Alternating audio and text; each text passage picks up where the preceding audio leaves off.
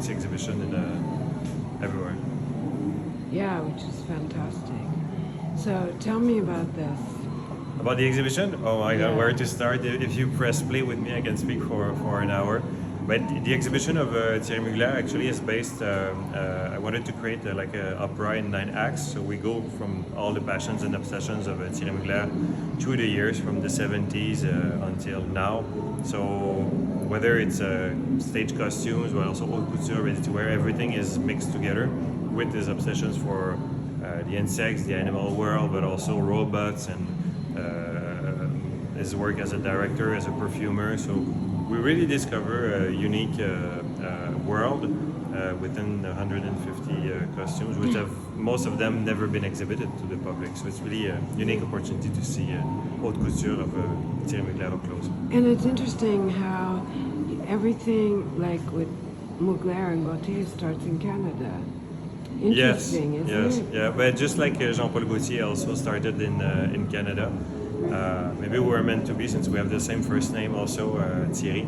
So maybe that's the reason why we did this. But And how many years ago? Because that's what always surprised me. I think like Montreal started it all. Like Gautier, Mugler, they're homegrown Parisians. yeah, And it all started in Montreal, yes. Germany. Yeah, etc. but I think what interested Thierry Mugler in my way of working was also that I like to do these installations. Also, it's not to give a fashion lesson to anyone. I like to be able to democratize fashion and to be able to show it to anyone. To your neighbor or your father or your brother who think fashion is completely crazy. And for me, that's what is important, is to make them understand what haute couture is, but not only haute couture, like the whole world. From painting to photography to stage design to perfume bottle design to different things around fashion, even video clips. I'm from the MTV generation, so when I see a video clip of George Michael or of the Pet Shop Boys or of Niagara, for me it's very important that people can connect and say, yes, of course I knew the work of Mugler without even knowing it, or through the pages of a fashion magazine. So I really love to be able to share this with the public, but also not to offer like a sad retrospective, and it's not a nostalgic look at the past, but it's more to place the work of Mugler towards the future. Yeah, that was always the direction. Yeah. I mean, do you have favorite pieces or favorite times? Well, Can you actually, show me my a few? favorite piece, it's not favorite piece, it's favorite pieces. I would say the Yeah. 150 pieces that you see in the exhibition are my favorite pieces. And also of Mr. Mugler. I think it's very unique to have access to it and to understand in fact how we push the boundaries of haute couture and of ready to wear through the years, and how we open the doors also to a young generation and to his own generation. So for me, to see these dresses that 95% of them have never been shown to the public except on the catwalk shows, you can really see up close all the craftsmanship of the atelier and all the different techniques. And I think it's really important for the young generation also to understand that this world, which is something that barely exists anymore in the fashion industry, because now we live with big groups behind brands, and it's also about perfumes and about advertising.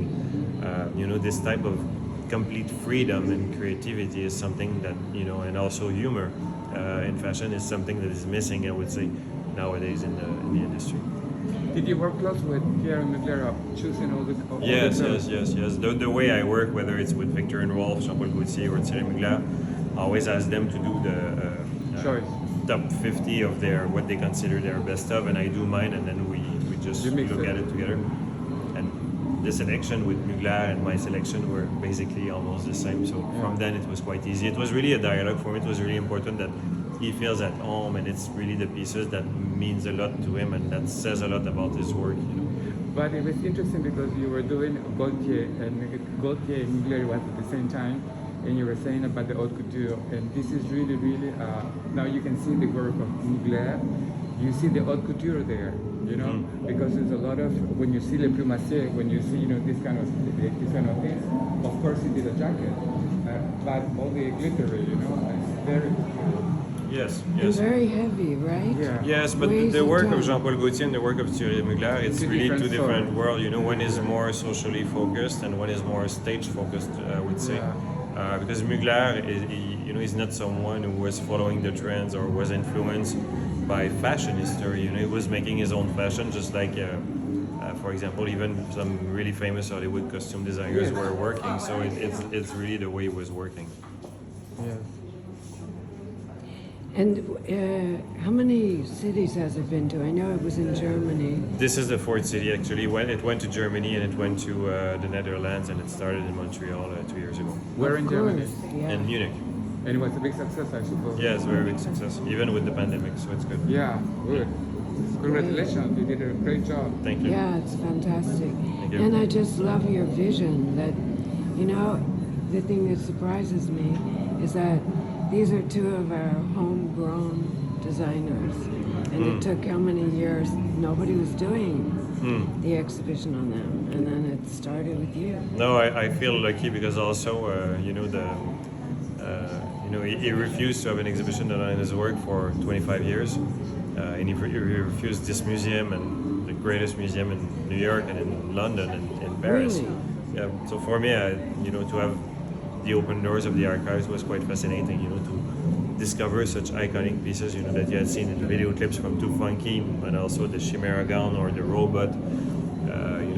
I think Mugler actually wrote fashion history through the decades without even knowing it, and that's what people realize now. So I'm very happy that he can witness it also and be able to participate in it, because when you see he had never seen all his clothes of almost 50 years of design all together, so it's a first also for him to be able to see his corpus all together. So how did you seduce him into doing it? I think It was an alchemy. Thierry. Yeah, no, it was really easy actually to work with him. We had a lot of trust, obviously, and he gave me carte blanche in terms of scenography.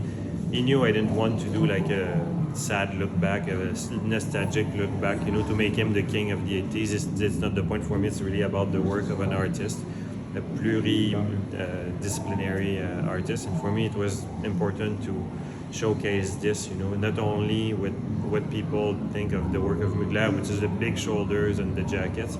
This is only 2% of his work. There's so much magic to discover in his work. For me, it was important to present it like a big opera in 9 acts. It was great. And talking about opera, the theater upstairs is Macbeth was incredible. like Yeah? fantastic. Good, huh? You finished Yeah. with the Macbeth. Yeah, but it was more to put it in the context of in 2021 of who we would have worked with. For example, the gallery here where we are, we work with Rodeo FX, which is a special effects studio in Montreal who do the effects for Games of Thrones, for Stranger Things. They did Blade Runner, Arrival. They work for so many people, and even the gallery of the robots. I work with Philipp Fürhofer, who's an artist who's just there from Berlin. Philip.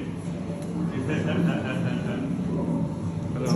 Hi. Philipp Fürhofer. Let's talk about robots. So we worked together on this, and actually I asked him to create the 2 robot galleries with the mirrors, because Philip works. He's a visual artist, but he's also invited a lot with operas around the world to work on sets. So he worked in Glenburn, in London at Covent Garden, in Germany, everywhere, in Amsterdam, to create sets also and costumes for the biggest opera. So I asked him to create 2 galleries actually, but based on his own artistic practice. So here he is. Yeah.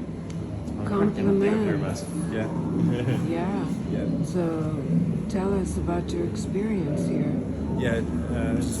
It's Can it you was move a. over here because you're Sorry? very, can you move here? Over there? Because it's very Yeah. patterned light. So I did that, or should we go in that room Yeah, which I let's designed? do it. Maybe Let's do it. Yeah. I can explain you something about the rooms I did.